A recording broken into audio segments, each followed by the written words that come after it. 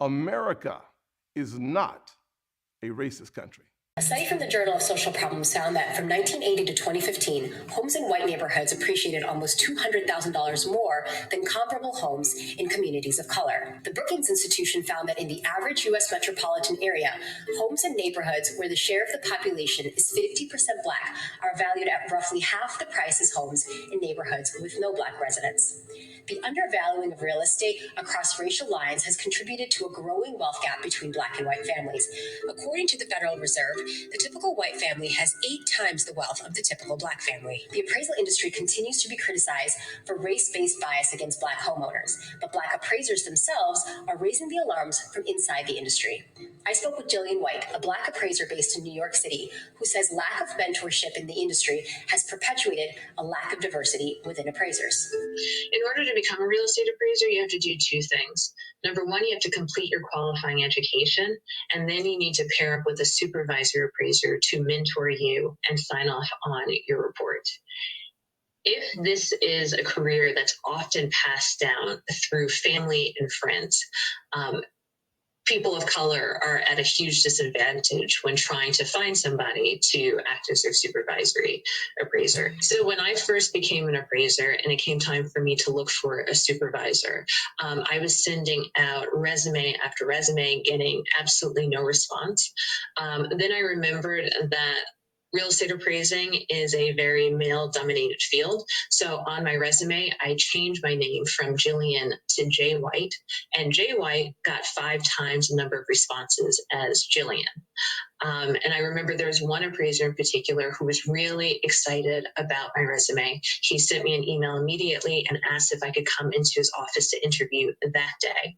I said, absolutely. I dropped everything. About 30 minutes later, I was standing on his threshold.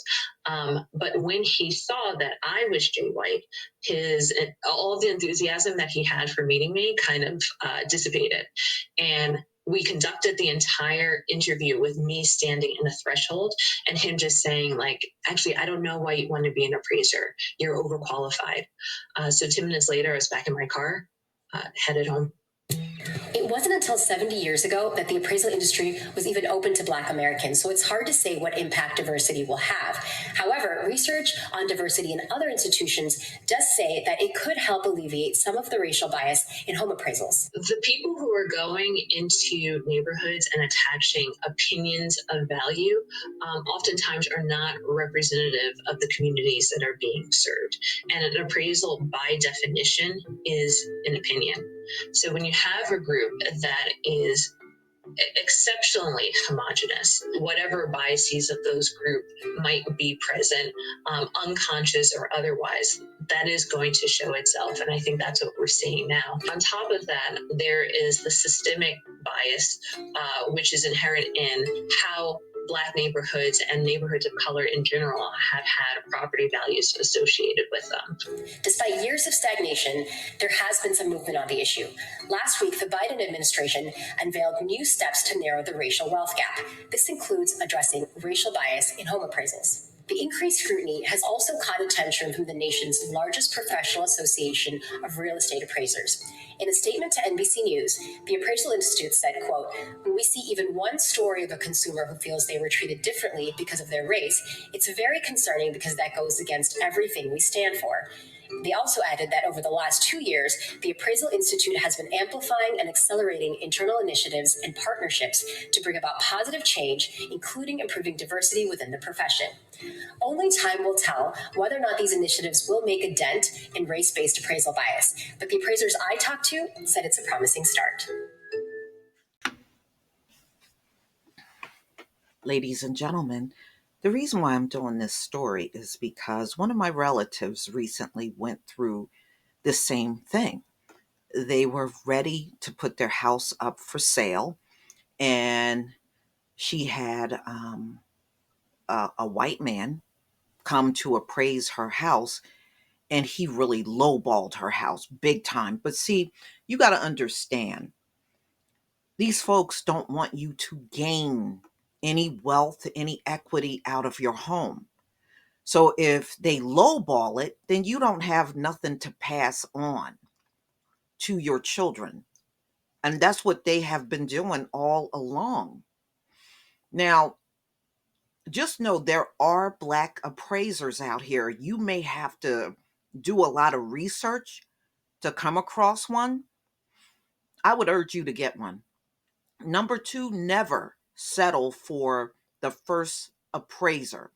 So what my relative did, she has white neighbors that she gets along real well with. So she was asking them to stay at her house for the appraisal, and they agreed to do it. So it was a husband and wife, older husband and wife. And so she took all the pictures down. That's a shame you got to go through all of that.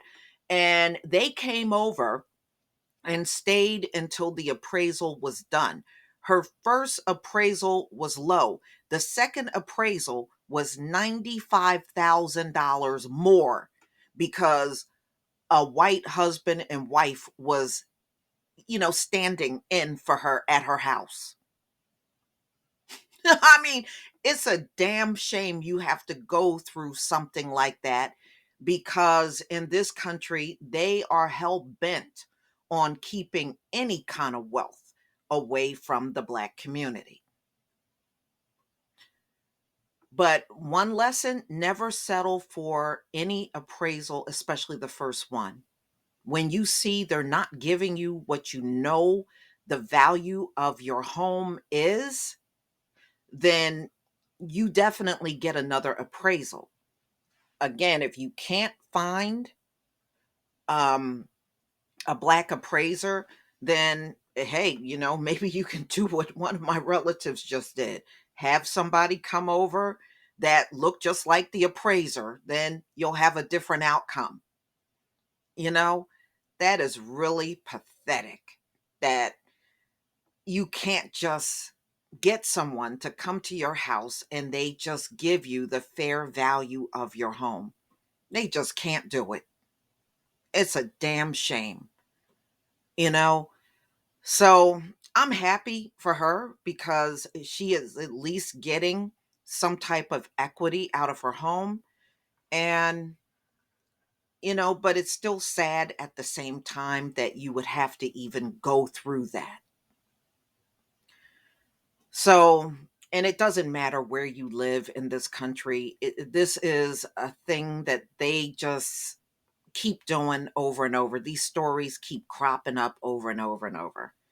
So it is very painfully clear that they are preventing you from having equity in your home. That's what they think. So, just be strategic if you're putting your home up for sale, and don't settle for less, especially if you know what your home is worth. Don't settle for less, and don't let somebody try to force your hand into settling for less. Ladies and gentlemen, please let me know what you think. Please leave your comment and subscribe. Don't forget to hit on the notification bell, and I'll see you on the next video. Peace, family.